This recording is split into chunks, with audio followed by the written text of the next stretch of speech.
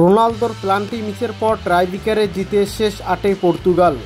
অসংখ্য সুযোগ নষ্ট করে নির্ধারিত 90 মিনিট পার করে পর্তুগাল।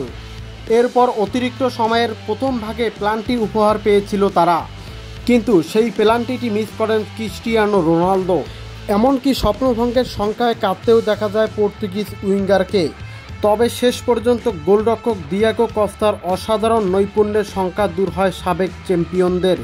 নির্ধারিত সময়ের খেলা গোলশূন্য ড্রয়ে শেষ হওয়ার পর অতিরিক্ত সময়ে গোলের দেখা পায়নি কোনো দলেই। অতিরিক্ত সময়ে রোনালদোর প্লান্টি মিস ছাড়া তেমন কোনো আক্রমণ দেখা যায়নি।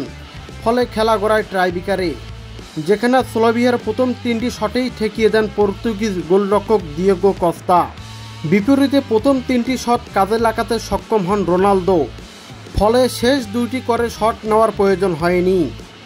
পরের রাউন্ডে ফ্রান্সের মুখোমুখি হবে পর্তুগিজরা।